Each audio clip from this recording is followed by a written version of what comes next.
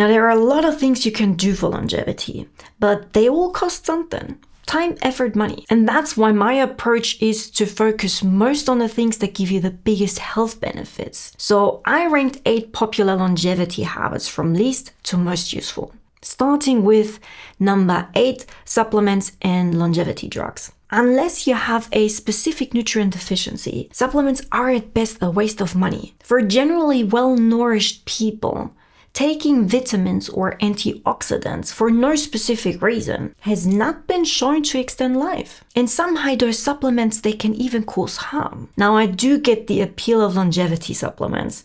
I myself took NMN and resveratrol for a very long time because I just like the idea of them slowing aging. And NMN did raise NAD+ in human trials. I just didn't make the distinction between biological plausibility and actual demonstrated benefit. Now, there are some interesting potential longevity drugs like rapamycin, metformin, and senolytics that do have strong animal data. And rapamycin and metformin, they are actually already in use to treat certain conditions. But as of today, no drug has been shown to extend lifespan in healthy humans yet. So for now, I'd save myself the money. Then number 7, cold exposure. Like ice baths, cold plunges, or whole body cryotherapy. There are some small studies showing cold exposure has some benefits, mainly for mood and recovery and metabolic health. But there is currently no evidence that cold exposure extends lifespan or health span. Then number 6, sauna. And sauna has some more promising evidence than cold exposure. Some observational studies do link frequent sauna use to lower cardiovascular and all-cause mortality. But most of the long-term evidence is still observational. Because frequent sauna users, they may be healthier and wealthier to begin with. So we still don't know how much benefit sauna adds on its own. Then number 5, intermittent fasting or time-restricted eating. And time-restricted eating can be useful, but mostly as a tool, rather than a uniquely powerful longevity intervention in itself. For some people, eating between 8 a.m. and 2 p.m., for example, makes it easier to eat less overall. There is also evidence that eating earlier in the day rather than later has additional benefits because glucose tolerance and insulin sensitivity generally work better earlier in the day. And I do finish my last meal by 3 p.m., but mainly because I sleep better. Generally though, there is nothing magical or life-extending in eating within a restricted window in itself, if you don't eat too much overall. So the main benefit probably comes from helping you to avoid to eat beyond your body's needs, rather than the eating window itself. Then number 4, social connections.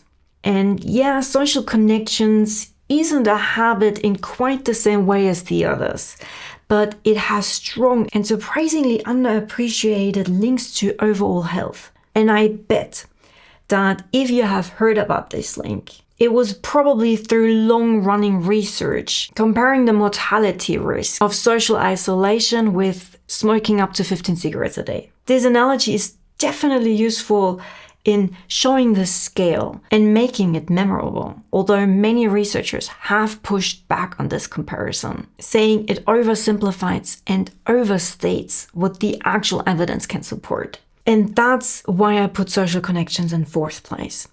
Clearly, it's important, but it's not something I'd confidently put above my top 3, which are coming up now. Number 3, sleep. Getting between 7 and 9 hours of sleep is consistently associated with a longer, healthier life. And unlike some habits lower on this list, we do not only have observational data. Controlled studies show restricting sleep can cause measurable metabolic and behavioral changes within days. But there is even more. Getting enough sleep can also help you with diet and your training. Because when you're sleep deprived, appetite rises, insulin sensitivity worsens, and eating well and exercising becomes harder.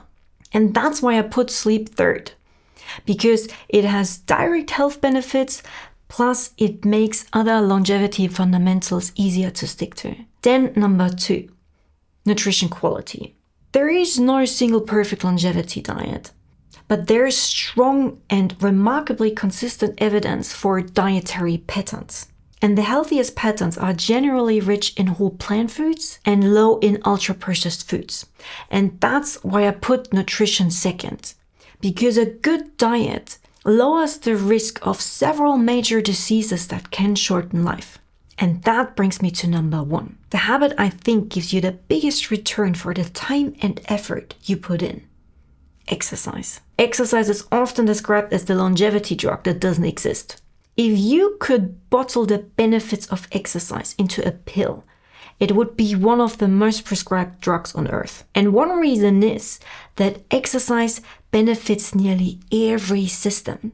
It improves cardiovascular fitness, strengthens muscle and bone, enhances insulin sensitivity, reduces inflammation, boosts mood, supports sleep, and supports brain health. We're learning it's not just movement, it's also a molecular signal. When you exercise, you trigger beneficial stress responses, what scientists call hormesis. That help your body to adapt and to repair and to resist age-related decline. And that's why the fitness, the strength, and the physical function built through regular exercise are among the strongest predictor of both lifespan and health span. Now, cardio usually gets most of the longevity credit, but strength training brings something useful too. It builds and preserves muscle, strength, and bone. And therefore, it preserves your physical independence as you age. And that's why I put exercise first. Now, that doesn't mean that cold plunges, sauna, or intermittent fasting are useless. In fact, many things that make your body slightly uncomfortable, like too hot, too cold, empty stomach, or a strenuous workout, are generally considered to be good for our health. But unless you want to spend the first 5 hours of your day doing everything that might help longevity in some way, I'd put most of my time and effort into the top 3. Sleep, diet, exercise. Because they have the broadest evidence behind them and give you the biggest overall health return.